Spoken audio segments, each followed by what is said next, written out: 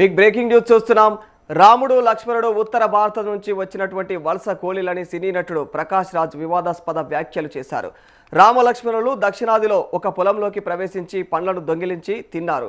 ఆ పొలం యజమాని గిరిజనుడైనటువంటి రావణుడు పండ్ల దొంగతనం పైన ప్రశ్నించడంతో వివాదం చిలికి పెద్దదైందని చెప్పుకొచ్చాడు. ఇక జీఎస్టీతో కలిపి మొత్తం $2000 కట్టాలని చెప్పేసి శూర్పణఖ చెప్పింది అని చెప్పేసి కూడా ఆయన ప్రైవేట్ ఈవెంట్లో అయితే అన్నారు. మరి దీంతో ఆయన పైన అయితే కేసు నమోదైనట్లుగా కూడా సమాచారం తెలుస్తూ ఉంది. ఇక శ్రీరాముడు హిందూ ధర్మంలో అత్యంత పూజనీయమైనటువంటి దేవుడిగా అయితే హిందువులంతా ఆరాధిస్తూ ఉంటారు. మరి రాముడు నిత్య జీవితంలో మమేకమై కూడా ఉంటారని చెప్పేసి నమ్ముతూ ఉంటారు. మరి శ్రీరామ అని లేకుండా కూడా శుభలేఖ కూడా ఉండదు.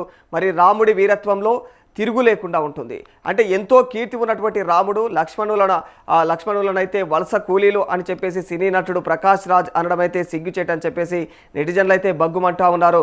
మరి గతంలో తన యొక్క వివాదాస్పద వ్యాఖ్యలతో అనేక చిక్కుల్లో పడినటువంటి ఆయన ఇప్పుడు మరోసారి హిందూ మనోభావాలను దెబ్బతీసేలాగా అభ్యంతరకరమైనటువంటి వ్యాఖ్యలు చేశాడు.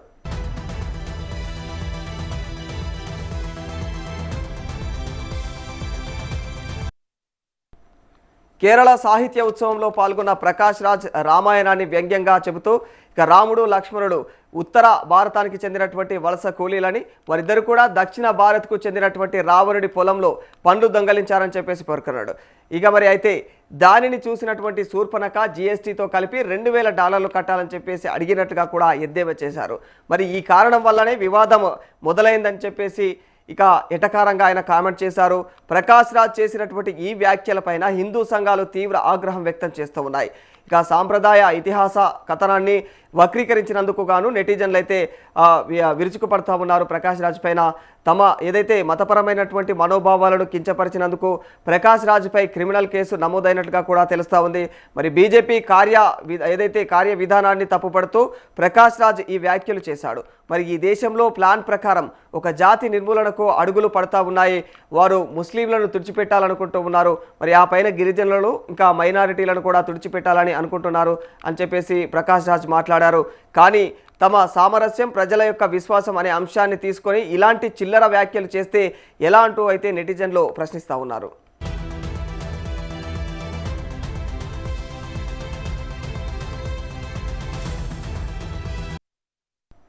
ప్రకాష్ రాజ్ వ్యాఖ్యలపై బగ్గుమంటున్న నెటిజన్లు అనేక పోస్టులు పెడుతూ ఉన్నారు.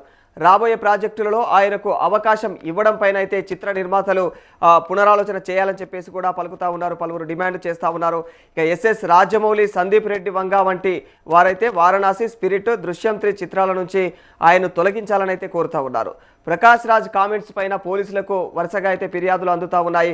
పలు హిందూ సంఘాల ఫిర్యాదుల మేరకు ఆయన పైన అయితే వివిధ రకాల సెక్షన్ల కింద కూడా క్రిమినల్ కేసులు నమోదైనట్లుగా తెలుపుతా ఉన్నారు పోలీసులు.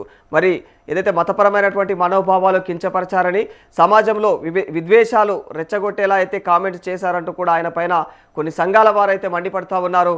ఆయన్ను అరెస్టు చేయాలంటూ సోషల్ మీడియా వేదికగా కూడా డిమాండ్స్ వినిపిస్తూ ఉన్నాయి.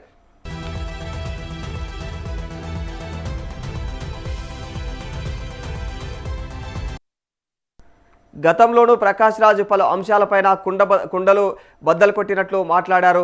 మరి వివాదానికి దారితీశాయని చెప్పుకోవచ్చు. అలాంటి సందర్భంలో కూడా మరి ఈసారి ఏకంగా రామాయణం సున్నితమైనటువంటి అంశాలపైనే ఇక సెటైరికల్గా మాట్లాడటం అయితే చర్చనీయాంశంగా మారిపోయింది.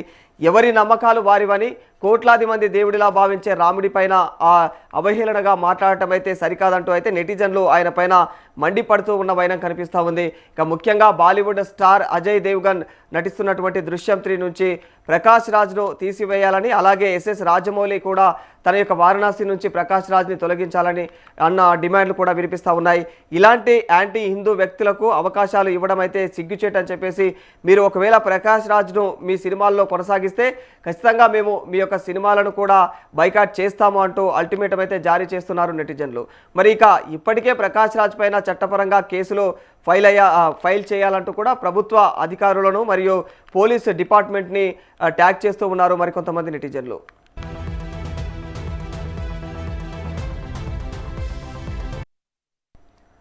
దీనికి తోడు ప్రకాష్ రాజ్ నటిస్తున్న మరో చిత్రం వారణాసిని కూడా అడ్డుకుంటామని చెప్పేసి వార్నింగ్ ఇచ్చాయి పలు హిందూ సంఘాలు.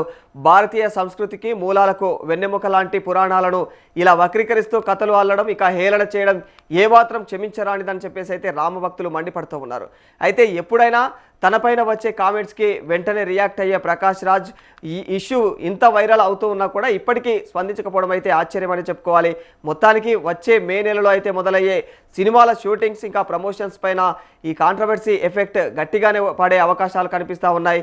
ఏది ఏమైనా తనదైన నటనతో మెప్పించే ప్రకాష్ రాజ్ ఇలా కాంట్రవర్సీలకైతే కేర్ ఆఫ్ అవ్వడం ఇప్పుడు హాట్ టాపిక్గా మారిపోయింది.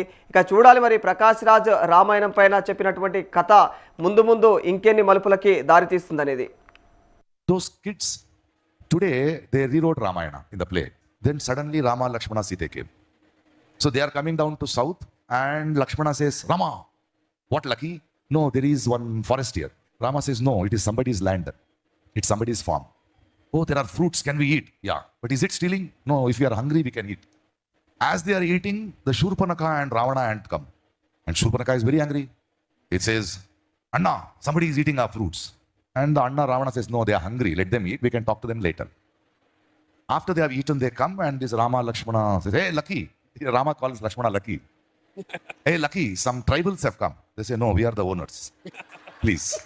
Now, since you have eaten the fruit, you have to pay the price." Then what is the price? Then she calculates, Shurpanakha, and says $2,000 with GST. Oh. And they say, "No, we don't have money." Then Ravana says, "Give them some discount." "Okay, 20% discount."